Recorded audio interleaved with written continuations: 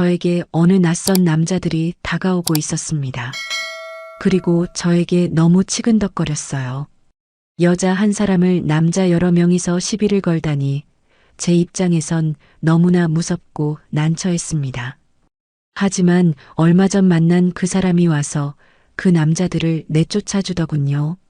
저는 너무 어안이 벙벙했습니다. 안도감은 들었지만 이 남자에게 빠지는 제 마음에 확신이 생기지 않았어요. 저는 어떻게 하면 좋을까요?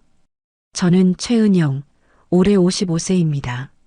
남편을 잃은 지도 벌써 5년이 흘렀네요. 그동안 아이들 뒷바라지하느라 정신없이 살았는데 이제 둘 다 출가시키고 나니 문득 텅 빈 집이 너무 조용했어요. 매일 반복되는 일상에 숨이 막힐 것 같았습니다. 아침에 일어나면 혼자 차 한 잔 마시고 점심도 혼자, 저녁도 혼자. 텔레비전 소리만이 정막을 채워줄 뿐이었죠. 어느 날 거울을 보니 언제부턴가 웃는 법도 잊어버린 제 모습이 낯설게 느껴졌어요. 그래서 결심했습니다. 처음으로 혼자만의 시간을 가져보자고요. 목적지는 양양이었어요. 바다가 보고 싶었거든요. 짐을 싸면서도 마음 한편으론 불안했습니다. 혼자 여행이라니 결혼 후 처음이었으니까요. 기차에서 창밖을 바라보며 생각했어요. 나는 지금까지 누구의 아내, 누구의 엄마로만 살아왔구나. 정작 최은영이라는 사람은 어떤 사람인지 모르겠더라고요. 이번 여행에서 나 자신을 다시 찾을 수 있을까 싶었습니다. 양양에 도착하니 차가운 바닷바람이 얼굴을 스쳤어요. 오랜만에 맡는 바다 냄새가 마음을 조금씩 열어주는 것 같았습니다. 숙소에 짐을 풀고 바로 바닷가로 나갔죠. 해가 저물어가는 시간이었어요. 파도 소리를 들으며 벤치에 앉아 있으니 마음이 차분해졌습니다. 그런데 이상하게 눈물이 났어요. 슬퍼서가 아니라 뭔가 후련해서였을까요? 그때였습니다. 누군가 제 옆으로 다가오는 발걸음 소리가 들렸어요. 실례합니다. 혹시 괜찮으시면 잠시 앉아도 될까요?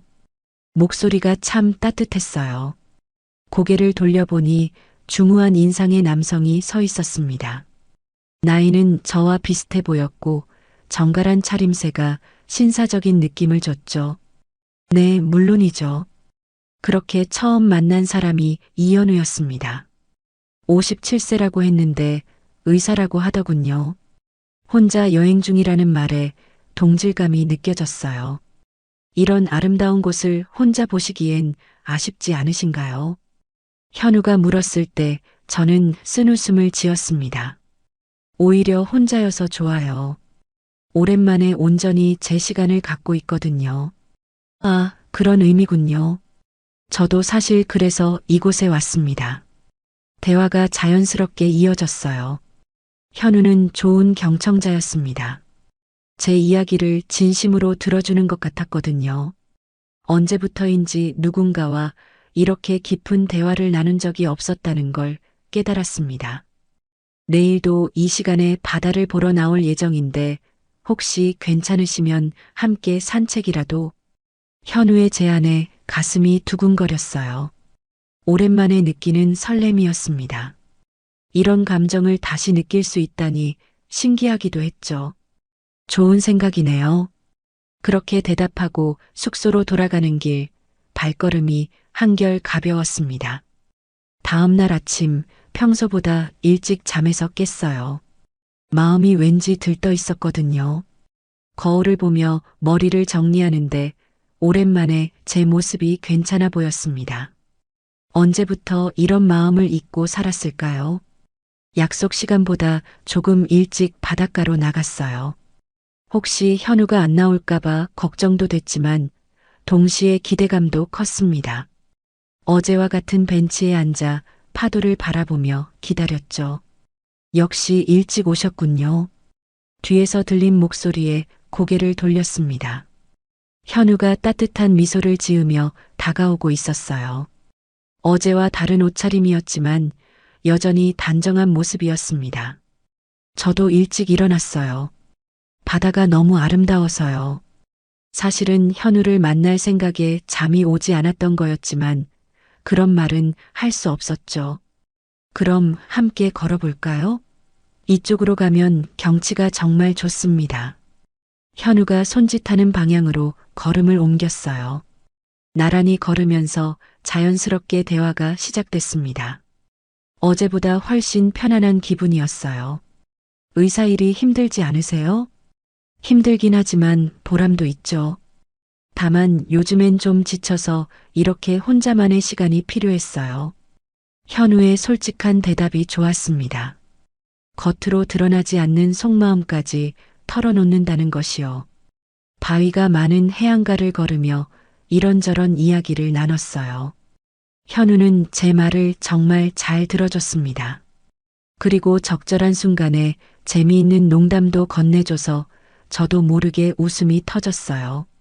언제 마지막으로 이렇게 웃어봤을까 싶었습니다. 은영 씨 웃는 모습이 정말 아름다우세요. 현우의 말에 얼굴이 화끈거렸어요.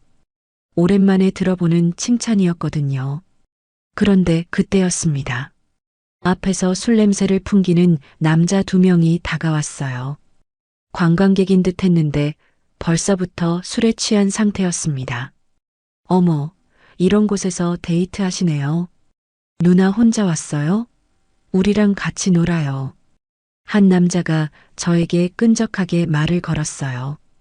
불쾌했지만 어떻게 반응해야 할지 몰라 당황했습니다. 죄송한데 우리 그냥 지나갈게요. 제가 피하려고 했지만 남자들은 길을 막았어요. 에이, 그러지 말고 커피라도 한잔 해요. 우리 돈 많아요. 점점 불편해지는 상황이었습니다. 현우가 제 앞으로 나서더니 목소리가 완전히 달라졌어요. 실례지만 부인이 불편해하시는 것 같은데요. 그만 가주시기 바랍니다. 현우의 단호한 목소리와 표정에 남자들이 기세가 꺾이는 게 보였어요. 아, 부부구나. 미안. 남자들이 어정쩡하게 웃으며 사라졌습니다. 현우가 부인이라고 했을 때 가슴이 두근거렸어요. 물론 그냥 상황을 모면하기 위한 말이었겠지만요. 괜찮으세요? 놀라셨죠? 현우가 걱정스럽게 물어봤어요. 저는 안도의 한숨을 내쉬었습니다. 고마워요. 어떻게 해야 할지 몰랐는데 혼자 여행하시는 분들이 이런 일을 종종 당한다고 들었어요. 제가 옆에 있어서 다행입니다. 현우의 말에 마음이 따뜻해졌어요. 하지만 동시에 이상한 생각이 들었습니다. 이 모든 상황이 너무 완벽하지 않나? 어제 우연히 만났는데 오늘도 같은 시간에 같은 곳에 있었고 위험한 상황에서 구해주기까지. 정말 우연의 일치일까요? 그런 생각을 하는 제 자신이 의심 많아 보여서 고개를 저었어요. 좋은 사람을 만났는데 왜 이런 생각을 하는 걸까요? 계속 걸어가다 보니 바위가 울퉁불퉁한 길이 나왔어요. 조심스럽게 발을 옮기고 있었는데 순간 발이 미끄러졌습니다. 아, 넘어질 뻔한 순간 강한 팔이 제 허리를 감쌌어요. 현우가 재빠르게 저를 붙잡아 준 거였습니다. 가까워진 거리만큼 현우의 체온이 전해졌어요. 조심하세요. 현우의 목소리가 바로 귓가에서 들렸습니다. 심장이 너무 빠르게 뛰어서 현우도 들을까봐 걱정됐어요. 이런 감정을 느낀 지 정말 오래됐거든요. 고마워요. 겨우 중심을 잡고 일어서며 말했지만 목소리가 떨렸어요. 현우도 제 상태를 눈치챘는지 잠시 말없이 바라보더니 미소를 지었습니다. 조심히 걸으세요. 제가 옆에서 도와드릴게요. 그렇게 현우가 제 팔을 살짝 잡아주며 함께 걸었어요. 이 모든 것이 꿈 같았습니다. 정말 우연히 만난 사람과 이렇게 가까워질 수 있는 걸까요? 마음 한편으론 경계하는 마음도 있었지만 지금 이 순간만큼은 그냥 행복하다고 느끼고 싶었어요. 양양에서 돌아온 후 현우와의 연락은 자연스럽게 이어졌습니다. 매일 아침 안부 메시지가 오고 저녁에는 하루 있었던 일들을 나누곤 했어요. 이런 일상이 새롭고 달콤했습니다. 은영 씨, 시간 되실 때 만나 뵙고 싶은데요. 현우의 전화를 받았을 때 가슴이 두근거렸어요. 벌써 일주일째 연락을 주고받고 있었지만 실제로 만나자는 제안은 처음이었거든요. 어디서 만날까요? 북촌에 좋은 카페가 있어요.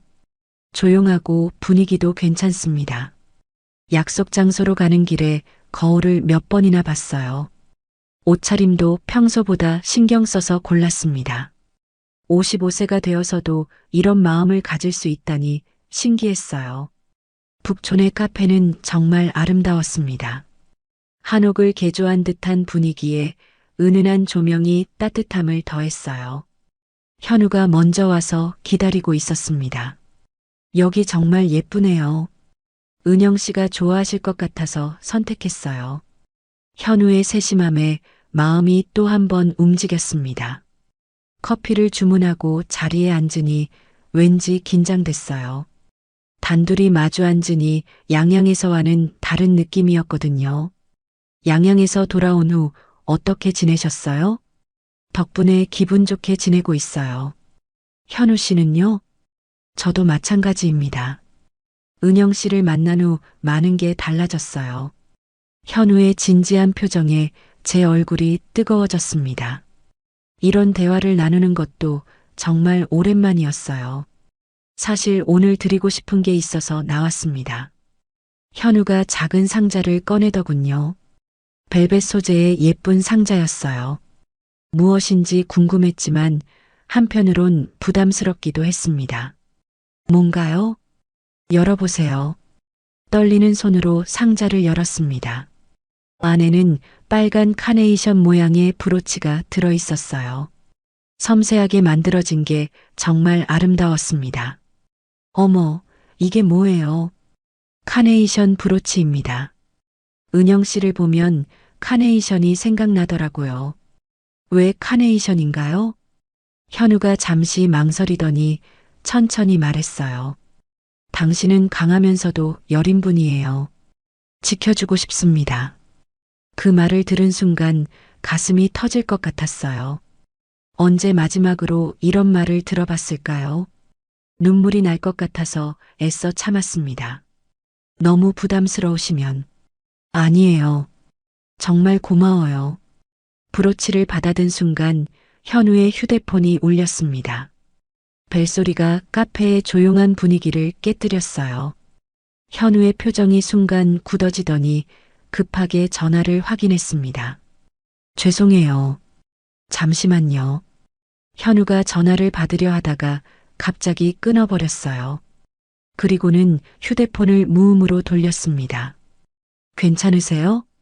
네, 병원 일인데 나중에 처리하면 돼요. 하지만 현우의 표정은 여전히 어두웠어요. 뭔가 심각한 일인 것 같았는데 저 때문에 신경 쓰지 못하는 것 같아서 미안했습니다. 업무가 급하시면 가보세요. 저는 괜찮아요. 아니에요. 오늘은 은영 씨와의 시간이 더 중요합니다. 그렇게 말하면서도 현우는 계속 휴대폰을 신경 쓰고 있었어요. 화면이 계속 켜졌다 꺼졌다 하는 걸 보니 전화나 메시지가 계속 오는 것 같았습니다. 그때 시선을 돌려 카페를 둘러보다가 이상한 걸 발견했어요. 창가 자리에 앉아있던 여성이 현우를 계속 바라보고 있었거든요. 30대 후반쯤 되어 보이는 여성이었는데 화장을 진하게 하고 있었어요. 처음에는 우연인 줄 알았습니다. 하지만 제가 그 여성을 볼 때마다 현우만 뚫어져라 쳐다보고 있었어요. 심지어 현우가 휴대폰을 볼 때 그 여성도 자신의 휴대폰을 만지작거렸습니다.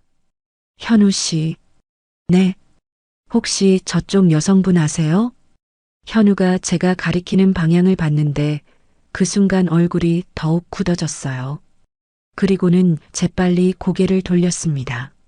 모르는 분인데요. 하지만 현우의 반응이 너무 어색했어요. 분명히 아는 사람 같았는데 왜 모른다고 하는 걸까요? 아, 그냥 저희를 계속 보고 있어서요. 아마 우연일 거예요. 현우가 웃으며 말했지만 표정에는 긴장감이 역력했습니다. 그리고는 갑자기 시계를 보더군요. 시간이 벌써 이렇게 됐네요. 오늘은 이만 일어나실까요? 분위기가 좋았는데 갑자기 자리를 정리하자는 현우의 말에 당황스러웠어요. 분명 뭔가 있었습니다. 카페를 나오면서 뒤돌아봤는데 그 여성은 여전히 자리에 앉아 있었어요. 하지만 더 이상 저희를 보지는 않았습니다. 브로치 정말 고마워요. 소중히 간직할게요. 은영 씨가 기뻐하셔서 다행입니다. 현우가 미소를 지었지만 어딘가 어색했어요. 양양에서 봤던 자연스러운 모습과는 달랐습니다. 집으로 돌아가는 길에 브로치를 다시 꺼내봤어요. 정말 예쁘긴 했지만 마음 한편이 복잡했습니다. 오늘 있었던 일들이 계속 머릿속을 맴돌았어요. 현우의 급작스러운 태도, 변화, 그리고 그 여성의 시선까지 뭔가 숨겨진 이야기가 있는 것 같았지만 아직은 확신할 수 없었습니다. 현우와의 만남이 계속되면서 저희는 자연스럽게 결혼을 이야기하게 됐습니다. 하지만 아이들의 반응은 예상대로 차가웠어요. 엄마, 너무 성급한 거 아니에요? 얼마나 아는 사이라고. 큰딸이 걱정스럽게 말했습니다. 그래도 엄마가 행복하시면 되는 거 아닌가. 막내 아들은 조금 더 이해하는 편이었지만 역시 걱정하는 마음은 마찬가지였어요. 엄마도 이제 행복할 자격이 있어. 너희 아빠가 살아계셔도 그렇게 말씀하셨을 거야. 결국 아이들을 설득하고 현우와 혼인신고를 했습니다. 구청에서 도장을 찍는 순간 가슴이 두근거렸어요. 새로운 시작이라는 생각에 기대감이 컸습니다. 이제 진짜 행복을 찾을 수 있겠구나. 현우의 집으로 이사하는 날, 그렇게 마음속으로 다짐했어요. 현우의 집은 강남에 있는 깔끔한 아파트였습니다. 생각보다 넓고 인테리어도 세련됐어요. 여기가 이제 우리 집이네요. 현우가 제 짐을 들어주며 말했습니다. 우리 집이라는 말이 참 좋게 들렸어요. 처음 며칠은 정말 행복했습니다. 현우는 신혼부부처럼 다정했고 함께 장을 보고 요리도 해먹었어요.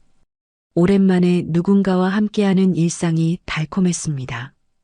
은영 씨 요리 솜씨가 정말 좋네요. 현우 씨가 맛있게 드셔서 기분이 좋아요. 그런 소소한 대화들이 쌓여가며 부부라는 실감이 났어요. 밤에 함께 텔레비전을 보며 웃고 아침에 함께 일어나 커피를 마시는 것. 모든 게 꿈만 같았습니다. 하지만 결혼한 지 보름쯤 지나면서 뭔가 달라지기 시작했어요. 현우가 집에 있는 시간이 점점 줄어들었습니다. 오늘은 병원에 응급환자가 와서 늦을 것 같아요. 내일 토요일인데 학회가 있어서 나가야 해요. 일요일에 갑자기 회진을 돌아야 한다네요. 처음에는 의사라는 직업 특성상 어쩔 수 없다고 생각했어요. 하지만 빈도가 너무 잦았습니다. 거의 매일 늦게 들어오고 주말에도 일이 있다고 나가는 일이 많아졌어요.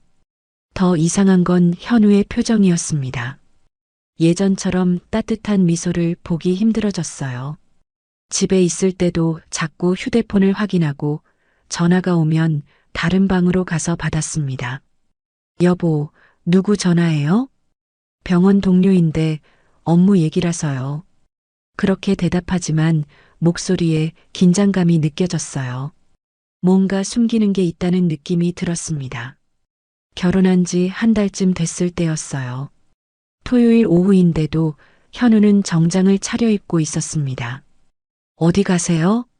병원에 급한 일이 생겨서요. 저녁 늦게 들어올게요. 토요일에도 일이 있나요? 요즘 너무 자주 나가시는 것 같은데.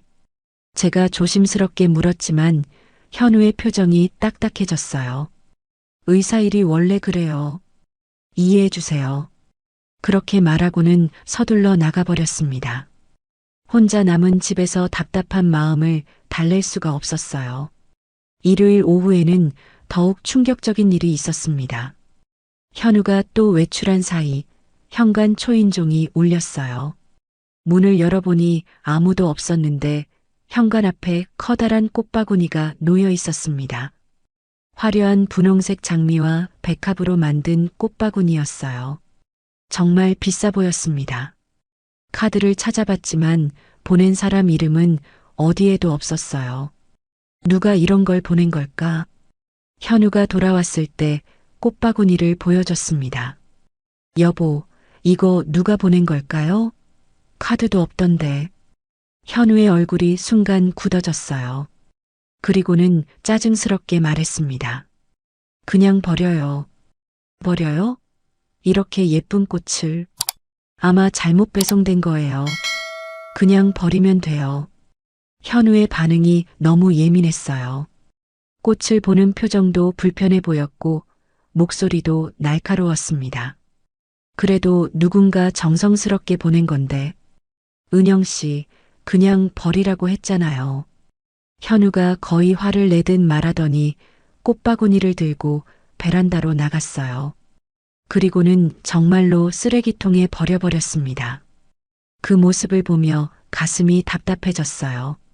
예전에 다정한 현우는 어디 갔을까요? 왜 꽃 하나 때문에 이렇게 예민하게 반응하는 걸까요? 그날 밤 침대에 누워서 생각해 봤습니다. 결혼 전과 후의 현우는 완전히 다른 사람 같았어요. 양양에서 만났을 때의 따뜻함은 온데간데였고 요즘은 함께 있어도 마음의 거리가 느껴졌습니다. 혹시 제가 너무 성급하게 결혼한 걸까요? 아이들 말이 맞았던 걸까요? 아직 서로에 대해 모르는 게 너무 많았는데 결혼부터 해버린 건 아닐까요? 현우가 옆에서 자고 있지만 왠지 혼자인 것 같았어요. 같은 침대에 누워 있는데도 마음은 점점 멀어지는 것 같았습니다. 나는 정말 행복해질 수 있을까? 그런 생각을 하며 잠들었는데 새벽에 현우의 휴대폰이 울렸어요. 현우는 재빨리 일어나서 다른 방으로 가더니 작은 목소리로 통화를 했습니다. 무슨 말인지는 들리지 않았지만 분명 뭔가 숨기고 있다는 확신이 들었어요. 결혼 한 달 꿈꿔왔던 행복은 점점 멀어져 가고 있었습니다. 현우가 지방 학회에 간다며 2박 3일 출장을 떠난 날이었습니다. 평소보다 일찍 나가면서도 가방을 꼼꼼히 챙기는 모습이 어딘가 어색했어요. 학회가 며칠이나 되나요? 이번엔 좀 길어요.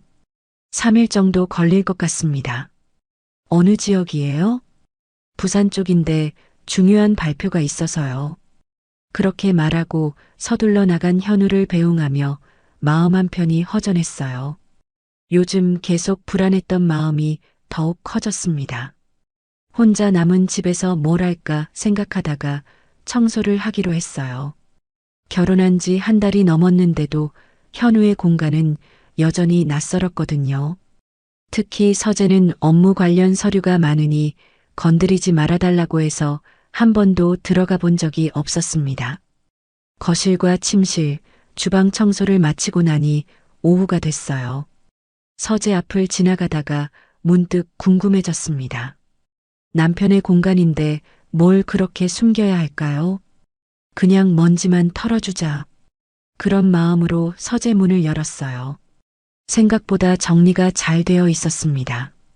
큰 책상과 의학 서적들이 가득한 책장, 그리고 서류를 보관하는 서랍장이 있었어요.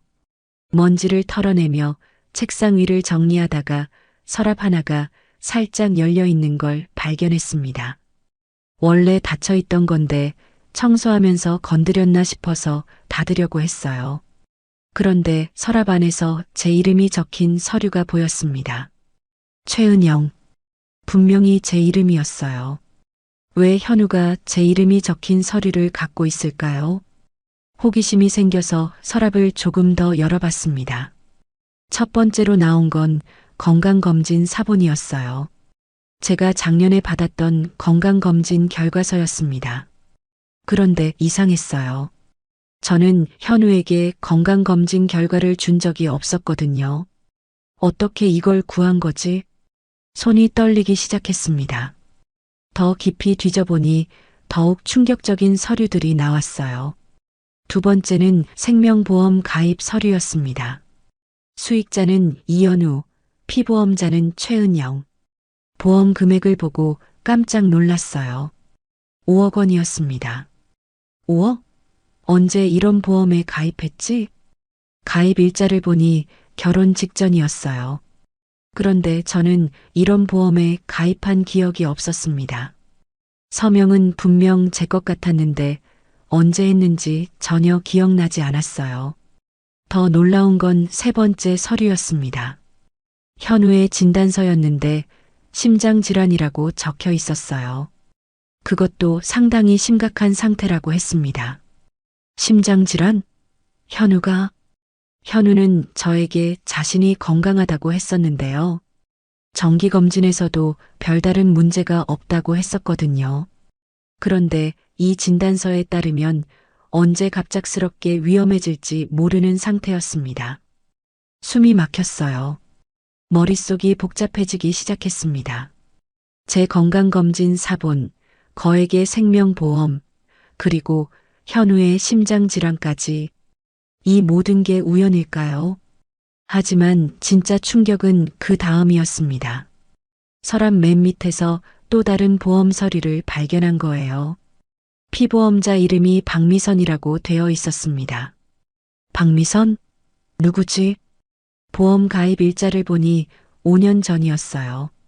수익자는 역시 이현우였고 보험 금액은 3억 원이었습니다. 그런데 이 서류에는 빨간 도장이 찍혀 있었어요. 보험금 지급 완료라는 뜻이었습니다. 보험금이 지급됐다고? 손이 너무 떨려서 서류를 제대로 잡을 수도 없었어요. 더 찾아보니 박미선이라는 여성의 사망진단서까지 있었습니다. 사망 원인은 급성 심장마비였어요. 이게 뭐야? 이게 대체 뭐야? 다리에 힘이 풀려서 바닥에 주저앉았습니다. 머릿속이 하얘졌어요. 이 모든 것들이 연결되기 시작했습니다. 박미선이라는 여성이 현우와 결혼했고 거액의 보험에 가입했다가 심장마비로 사망했다. 그리고 현우가 보험금을 받았다. 그 후 현우는 저를 만났고 또다시 거액의 보험에 가입시켰다. 설마 그런 건 아니겠지. 하지만 아무리 생각해봐도 우연이라고 하기엔 너무 많은 일치점이 있었어요.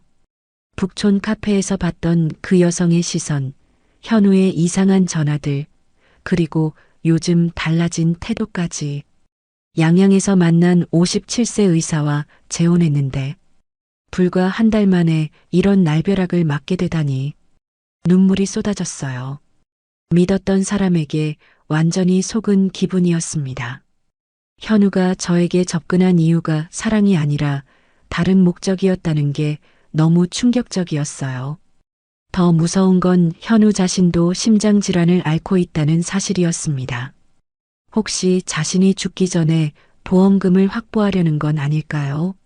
아니면 더 끔찍한 계획이 있는 건 아닐까요? 서류들을 다시 정리하며 손이 계속 떨렸어요. 이 모든 걸 현우가 알고 있다면 어떻게 될까요? 제가 이 사실을 알아챘다는 걸 들키면 위험할 수도 있겠다는 생각이 들었습니다. 어떻게 해야 하지? 일단 서랍을 원래대로 정리하고 서재를 나왔어요. 하지만 마음은 전혀 진정되지 않았습니다. 현우가 돌아오기까지 이틀이 남았는데 그동안 어떻게 버텨야 할지 막막했어요. 소파에 앉아서 계속 생각해봤지만 답이 나오지 않았습니다. 경찰에 신고해야 할까요? 하지만 아직 확실한 증거는 없었어요. 혹시 제가 오해하고 있는 건 아닐까요? 그날 밤 잠을 이룰 수가 없었습니다. 현우와 함께 잤던 침대가 갑자기 무서워졌어요. 이 사람이 정말 저를 사랑해서 결혼한 걸까요? 아니면 다른 목적이 있었던 걸까요? 양양에서의 첫 만남부터 모든 게 계획된 일이었을 수도 있다는 생각이 들었습니다. 그렇다면 저는 정말 바보였던 거죠. 현우가 지방 학회에서 돌아온 후 며칠이 지났습니다. 저는 서재에서 발견한 그 끔찍한 사실들을 혼자만 알고 있어야 했어요. 현우 앞에서는 아무것도 모르는 척 연기해야 했습니다. 학회 어떠셨어요? 괜찮았어요. 많이 배우고 왔습니다. 현우는 평소와 다름없이 대답했지만 저는 그 얼굴을 제대로 바라볼 수가 없었어요. 이 사람이 정말 저를 사랑하는 남편인지 아니면 다른 목적을 가진 사람인지 알 수 없었거든요. 밤마다 잠을 설쳤습니다. 박미선이라는 여성의 사망 진단서가 계속 머릿속에 떠올랐어요. 급성 심장마비로 죽었다는 그 여성이 저와 같은 상황이었을까요? 혹시 저도 같은 운명을 맞게 되는 건 아닐까 하는 무서운 생각이 들었습니다. 스트레스가 극심해지면서 몸에도 이상이 나타나기 시작했어요. 목 부분이 자꾸 아프고 뭔가 걸린 것 같은 느낌이 들었습니다. 음식을 삼키기도 힘들어졌어요. 목이 아프신가 봐요?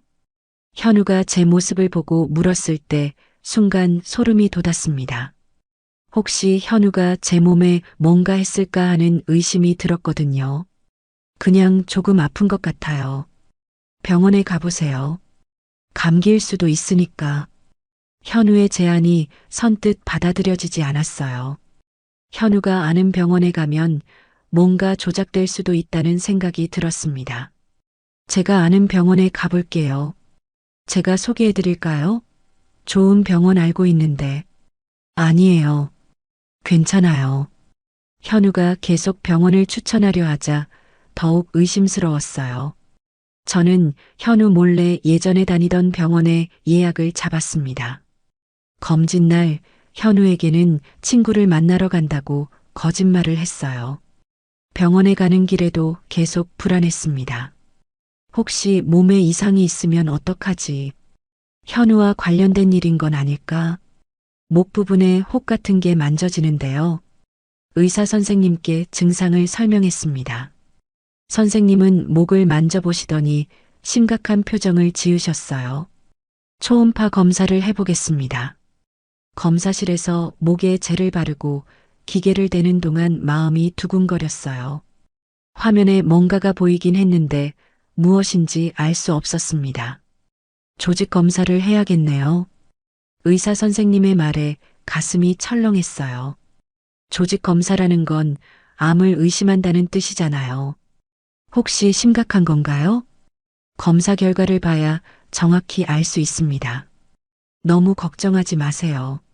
하지만 선생님의 표정이 밝지 않았어요. 조직 검사를 받고 집에 돌아가는 길에 다리가 떨렸습니다. 현우는 저녁에 늦게 들어왔어요. 요즘 계속 그렇듯이 병원 일이 바쁘다고 했습니다. 친구 만나서 어떠셨어요? 그냥 차나 마시고 왔어요. 거짓말을 하는 제 자신이 한심했지만 어쩔 수 없었어요. 현우에게 병원에 갔다는 말을 할 수가 없었습니다. 일주일 후 병원에서 전화가 왔어요. 결과가 나왔다고 하더군요. 현우가 집에 없는 시간을 틈타서 병원으로 갔습니다. 갑상선암 초기로 진단됩니다. 의사 선생님의 말에 머릿속이 하얘졌어요. 암이라니. 설마 이런 일이 제게 일어날 줄은 몰랐습니다. 초기이니까 수술하면 완치 가능합니다. 너무 걱정하지 마세요. 선생님은 위로해 주셨지만 충격이 너무 컸어요. 갑자기 왜 이런 병이 생긴 걸까요? 스트레스 때문일까요? 아니면 다른 이유가 있을까요? 입원은 언제쯤 해야 하나요? 다음 주에 입원해서 수술 준비를 하겠습니다. 집으로 돌아오는 길에 눈물이 멈추지 않았어요. 현우에 대한 의심으로 괴로워하던 중에 이런 병까지 생기다니. 정말 모든 게 꼬여가고 있었습니다. 집에 와서 혼자 앉아 있으니 더욱 절망스러웠어요. 누구에게 이 사실을 말해야 할까요? 아이들에게 말하면 걱정할 테고 현우에게 말하기엔 너무 복잡한 감정이 들었습니다. 이 결혼은 잘못된 선택이었나? 소파에 앉아서 계속 생각했어요. 현우와 결혼하지 않았다면 이런 일이 없었을까요? 스트레스를 받지 않았다면 암에 걸리지 않았을까요? 첫 남편과 살 때는 이런 일이 없었어요. 물론 힘든 일도 있었지만 적어도 믿고 의지할 수 있는 사람이 있었습니다. 지금은 바로 옆에 있는 사람조차 믿을 수 없으니까요. 그날 밤 현우에게 말할까 고민했어요. 남편인데 아내가 암에 걸렸다는 사실을 숨길 수는 없잖아요. 하지만 현우의 반응이 어떨지 예상할 수 없었습니다. 혹시 기뻐할까? 그런 끔찍한 생각이 들어서 스스로도 놀랐어요. 하지만 서재에서 본 그 서류들을 생각하면 충분히 가능한 일이었습니다. 결국 이번 날까지 현우에게 말하지 못했어요. 그냥 며칠 친정에 다녀온다고 거짓말을 했습니다. 언제 돌아오세요? 일주일 정도요. 연락 자주 하세요. 현우가 평범하게 배웅해줬지만 저는 복잡한 마음이었어요. 혹시 이게 마지막 만남이 될까봐 무서웠습니다. 병원에 입원해서 혼자 병실 침대에 앉아 있으니 더욱 외로웠어요. 다른 환자들은 가족들이 옆에서 돌봐주는데 저는 혼자였습니다. 정말 잘못된 선택이었구나. 눈물을 훔치며 생각했어요. 행복을 찾으려다가 오히려 더 큰 불행을 만난 것 같았습니다. 아이들 말을 들을 걸 그랬나요? 너무 성급했나요? 간호사가 수술 전 검사 일정을 설명해 줄 때도 제대로 듣지 못했어요. 머릿속에는 온통 현우에 대한 의심과 두려움만 가득했습니다. 보호자 연락처는 어떻게 될까요? 간호사가 물었을 때 망설였어요. 현우의 번호를 말해야 하나요? 아니면 아이들 번호를 말해야 하나요? 일단 딸 번호로 하겠습니다. 그렇게 대답하고 나서 한숨이 나왔어요. 남편이 있는데 딸을 보호자로 해야 하는 상황이 서글펐습니다. 밤이 되어서도 잠이 오지 않았어요. 병실 창문 너머로 보이는 도시의 불빛들이 차갑게 느껴졌습니다. 이 모든 고통을 혼자 감당해야 한다는 사실이 너무 무거웠어요. 수술이 성공할까요? 그리고 퇴원한 후에는 어떻게 살아야 할까요? 현우와의 관계는 어떻게 정리해야 할까요? 모든 게 불확실했습니다. 수술 전날 밤이었습니다. 내일 오전에 갑상선 절제술을 받을 예정이었어요. 잠이 오지 않아서 병실을 나와 복도를 천천히 걸었습니다. 다른 환자들은 모두 잠든 시간이었죠. 창문 앞에 서서 바깥을 바라보고 있는데 마음이 복잡했어요. 내일 수술이 잘 될까요? 그리고 퇴원한 후에는 어떻게 살아야 할까요? 현우에 대한 의심을 계속 안고 살아야 하나요? 그때였습니다. 급한 발걸음 소리가 들렸어요.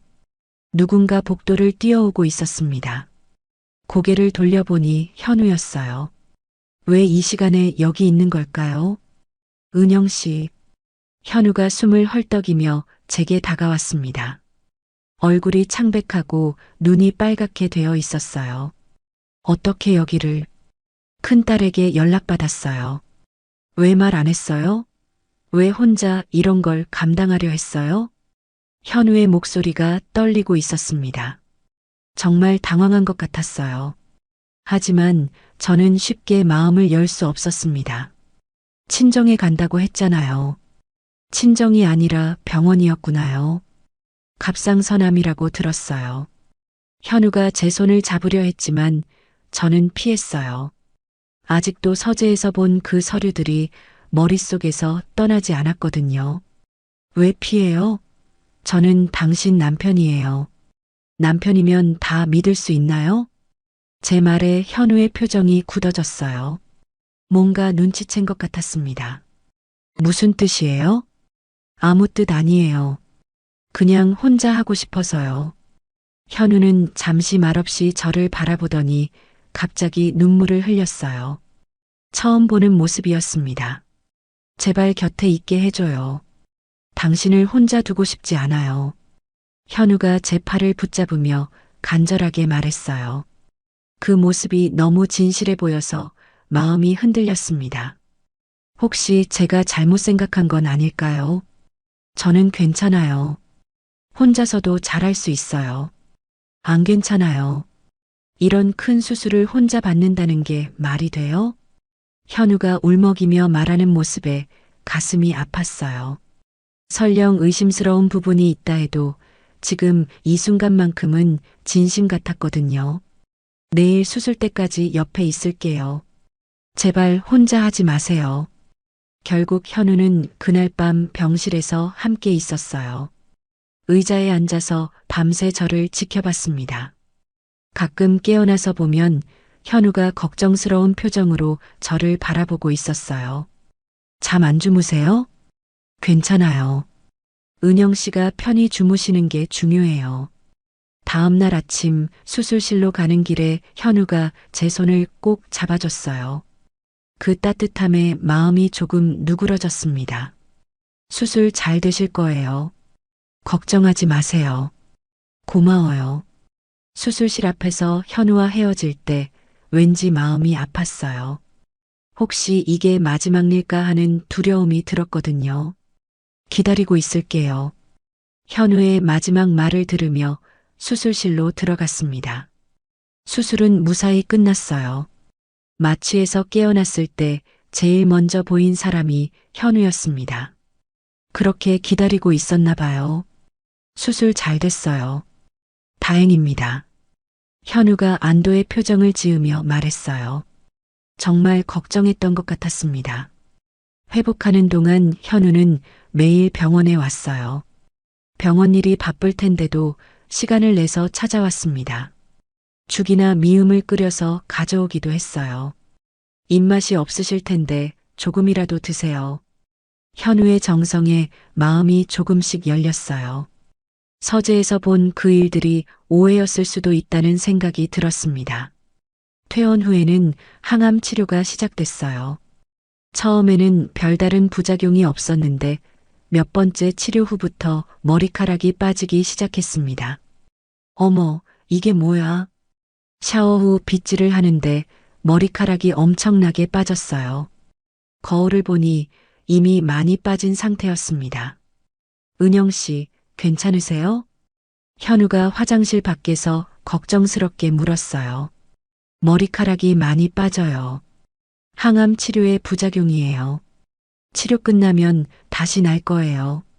현우가 위로해줬지만 거울 속 제 모습이 너무 초라해 보였어요. 여자에게 머리카락이 빠진다는 건 정말 큰 일이었거든요. 며칠 후 현우가 갑자기 삭발기를 들고 왔어요. 뭘 하시려고요? 저도 머리를 밀려고요. 왜요? 현우 씨는 괜찮잖아요. 당신 혼자 힘들게 할 순 없죠. 같이 버텨요. 현우가 거울 앞에서 자신의 머리를 밀기 시작했어요. 정말로 다 밀어버렸습니다. 이제 우리 똑같네요. 현우가 웃으며 말했는데 눈물이 났어요. 이런 사람이 정말 나쁜 마음을 가지고 있을까요? 왜 이렇게까지 해요? 당신이 힘들면 저도 힘들어요. 같이 이겨내요. 현우의 말에 마음이 크게 움직였어요. 서재에서 본 그 일들이 정말 오해였을 수도 있겠다는 생각이 들었습니다. 항암 치료를 받는 동안 현우는 정말 헌신적이었어요. 제가 아플 때는 밤새 간병을 해줬고 입맛이 없을 때는 직접 요리해서 먹여줬습니다. 고마워요. 정말 고마워요. 고맙긴요. 당연한 거죠. 현우의 모습을 보며 제 의심이 조금씩 사라져갔어요. 이렇게까지 정성을 다하는 사람이 나쁜 마음을 가지고 있을 리 없다고 생각했습니다. 하지만 마음 한편에는 여전히 의문이 남아 있었어요.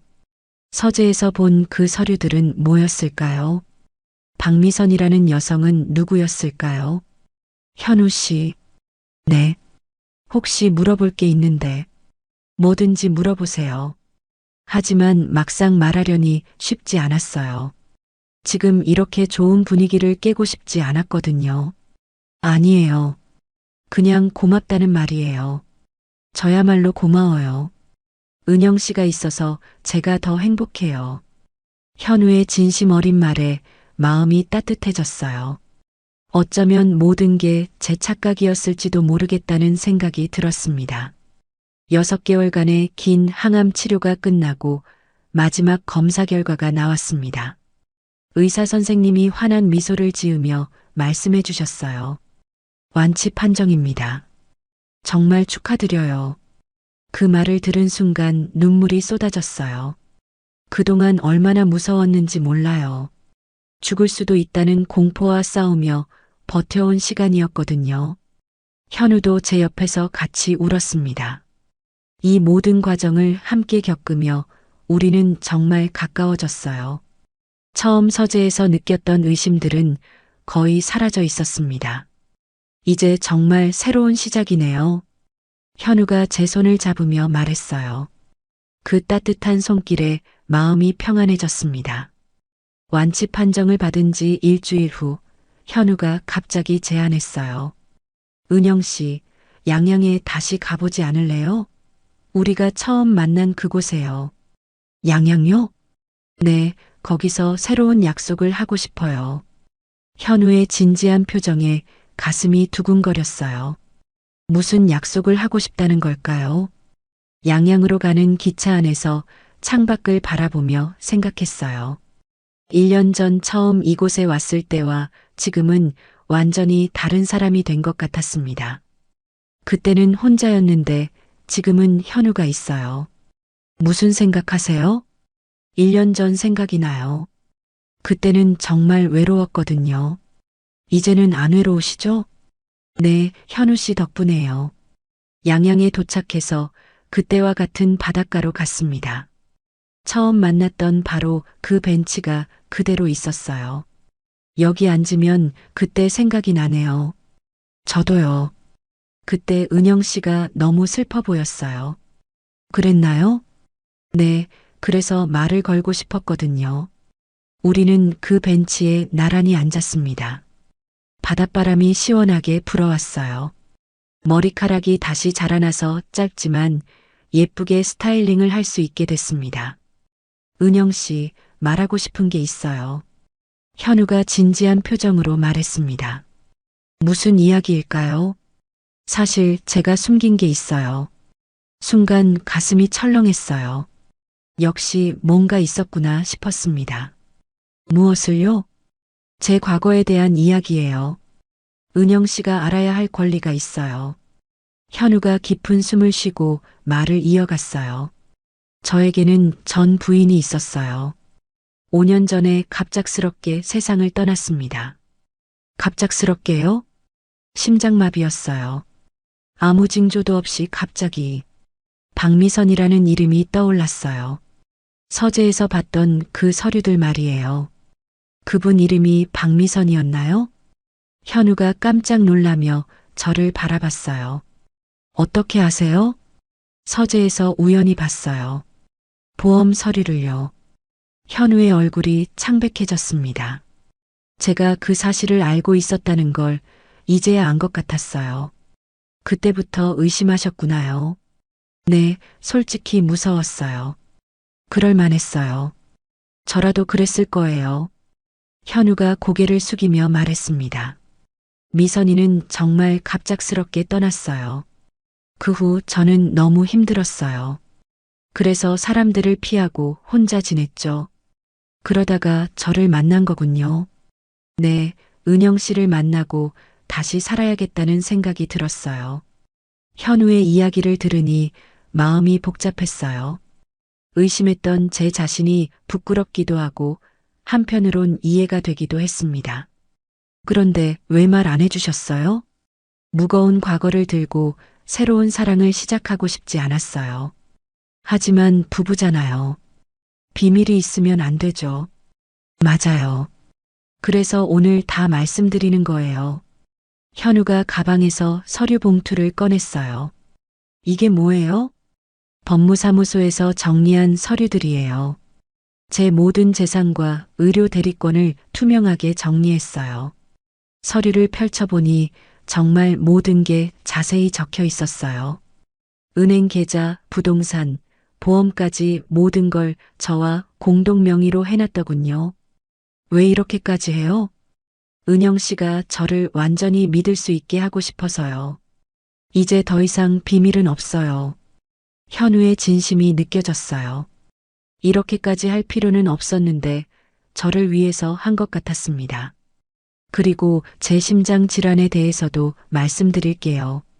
그것도 알고 있어요. 앞으로 언제까지 살지 모르지만 은영 씨와 함께하는 시간을 소중히 하고 싶어요. 현우의 말에 가슴이 뭉클했어요. 자신의 병을 숨기려 했던 게 아니라 저를 걱정해서였구나 싶었습니다. 이제 정말 다시 시작해요. 서로에게 비밀 없이 솔직하게. 네, 그렇게 해요. 현우가 제 손을 잡으며 말했어요. 은영 씨, 사랑해요. 진심으로요. 저도 사랑해요, 현우 씨. 그 순간 눈시울이 뜨거워졌어요. 그동안 의심하고 두려워했던 시간들이 아깝다는 생각이 들었습니다.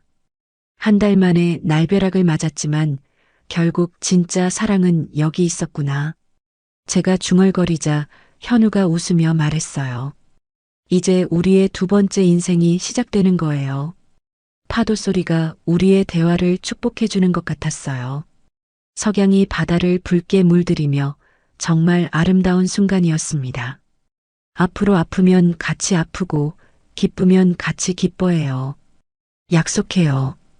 그렇게 우리는 양양 바닷가에서 새로운 약속을 했습니다. 처음 만났던 그곳에서 진짜 사랑을 확인한 거예요. 이제 정말 행복해질 수 있을 것 같았습니다. 황혼의 나이에 찾은 두 번째 사랑이지만 그래서 더욱 소중하고 깊었어요. 깊었어요. 깊었어요. 깊었어요.